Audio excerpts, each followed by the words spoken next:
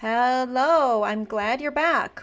We are talking today about how to price your book.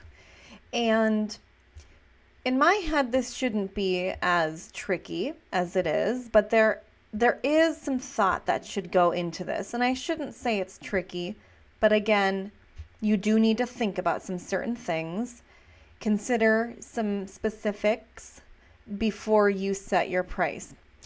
So let's walk through this a little bit.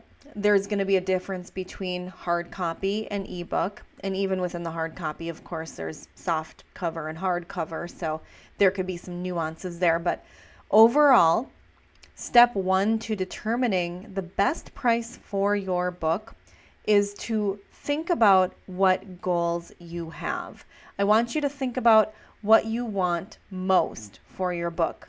Do you want to sell the most copies, meaning you want to reach the most readers, or do you want to make the most money? There's some other goals, or maybe a hybrid of those goals, but understanding your main goal is going to help you narrow down where your price points might be best set, at least initially, and then you can move on. So, moving on. You next want to enter in this phase of research. Really, it's going to be like if you ever did a comp title analysis, if you ever looked into traditional publishing and put together a book proposal, it's similar to that. What you want to do is find similar books, or at least if you're self-publishing, we're talking about, mainly. If you are self-publishing, you want to find self-published books by authors with similar level of name recognition as you have. So if you know you have a big following, you're going to maybe look for someone who has a similar following. It can be tricky to determine this, but think about whether or not this is easily determined. And then go out into the marketplace and look for similar books. You don't want old data, you want current data. So you're going to go to Amazon, you're going to go to maybe your local bookstores, B&N, go online to other bookstores or in person if you can, and look for, assuming you're going to do hard copy, of course, you don't need to go look for ebooks at, your local bookstore, brick and mortar, right? But do this for either or. If you're doing ebook and hard copy, you want to do some individualized research for both versions, because what you find for ebook is not going to be the price you want to set for hard copy, and vice versa. They're going to be two different prices. So do some research. You're going to look for books by authors that are similar to you, similar name recognition, but also self-published. You're not going to be necessarily looking for books that are traditionally published, because they're going to be set potentially at a different price point. You can find self-published books on Amazon, typically because, number one, if they're an ebook, they're usually on Kindle Unlimited. They're usually priced relatively low. But also, even on your paperback or your hardcover book, you can find where the publisher is listed, and it usually says something like independent publisher or independently published, or then it's maybe going to name the list of the name of one of the hybrid publishers that we've talked about, Lulu or Outskirts or something like that. So look for the name of the publisher, and that gives you an idea of whether or not it's a self-published book. And from there, of course, you're looking for memoir, right? Fiction versus nonfiction is going to be a little different. If you're looking for resources that are more general, or looking at resources, I should say, a memoir is typically going to be considered more synonymous to fiction in this category, because it's a story. It's maybe going to be longer. It's considered like creative nonfiction versus self-help and personal development are a different ballgame there. So look for memoir and understand, I guess, get into the reputation or the background of the author. You know, who is this person that wrote the book? Can you see what their bio is and all of that? Maybe you can find them online and see what their following is. You can take a deep dive here if you want. I'm giving you kind of the deep dive options. If you're not interested in stalking other authors online, that's okay. But definitely at least go to Amazon and do a little research here. Another element I want you to consider when you're doing your research is the length of the books that you're looking at. If you are sitting on a 500-page memoir and you're looking for price comparing like a 100-page memoir or a 100-page nonfiction book, it's not going to be comparable, right? So look for something similar in length. On Amazon, you can find the length, the number of pages, and of course, if you have a book in your hand, you can do the same. So think about kind of the overall packaging of the book. If it's an ebook, of course, it may be length may be irrelevant, but a hard copy, that's going to be more relevant. The author and their background is going to be relevant, the genre and all of that.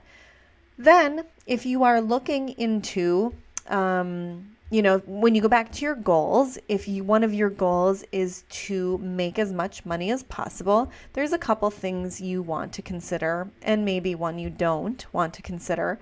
There is something to consider about ROI, a return on your investment. If you put a few $1,000s into this book and it's a goal of yours to get that back, you can definitely consider that. However, I don't want that to be a driving force for you to set your price. If you're like, I'm going to sell 100 copies at $35 a piece, and that'll give me my $3,500 back that I put into this, you're going to be super disappointed. Number one, most books don't sell for anywhere near $35. And number two, you're not going to get 100% of your sale price. Okay, so you need to look into how the publishing platform, aka Amazon, wherever you are, is going to pay out your royalties. Sometimes those royalties are paid out at different levels depending on your prices. So as a very generic, based on nothing example, if your book is priced at $10, it may pay out 40%. If it's priced at $15, maybe it pays out $45, or maybe it pays out $35. It can vary. The royalties usually aren't straight across the board, and they're different for ebook and hard copy. So make sure you are looking at both sides of that when looking at how to price your book. The royalties can be an important piece for most authors. It's not like you want to write a book and lose money. However, if you are really only looking to reach as many people, there are still things to consider why you necessarily won't want, I should say this differently, why you wouldn't necessarily want your book to be priced at the bottom level. For example, if your book is priced at 50 cents, is that going to convey to your readers high quality or low quality? Might it make a conveyance that it's a lower quality book? If you have a 500-page book and you put it at 50 cents, I'm going to think, well, this might not be the best book. So reaching more people doesn't necessarily mean the lowest price. There's actually some research that we'll go over that shows some trends on pricing. So we'll go over that. But think about your long-term goals with this book. Think about how you're going to market this book and how you're going to reach people in the grand scheme of things so that you understand your pricing and how it may differ in how you want to use your book out in the world via your marketing plan. So you also want to consider whether one of your goals is to become a bestseller. That may be a goal of yours, may not, but that is one of those criteria that may require a different strategy. We're going to talk about this in future videos because I think it's important to understand what it takes to become a bestseller. There is strategy that goes into this. So this may be something you consider in the pricing. If you are trying to sell more copies versus make a bunch of money, that might be where the difference comes in, and you may adjust your prices depending on that goal. So again, don't stress too much about how you get your money back that you've already put into the book. Don't stress too much about making it rock bottom to reach as much people or as many people. There are prices that have been proven to sell better than others, and they surprisingly are not the cheapest books. Usually they're not the cheapest books. So you also want to consider, before we move on here, if you are pricing your book for just local sales, you're going to want to just think about how that, region or area of the world prices things versus internationally. If you are looking at international distribution, you're going to have to do a little more number crunching. There's some currency, calculations, conversions you're going to have to go through. You're going to have to understand what those other markets have for pricing trends, et cetera, et cetera. The royalties may be different.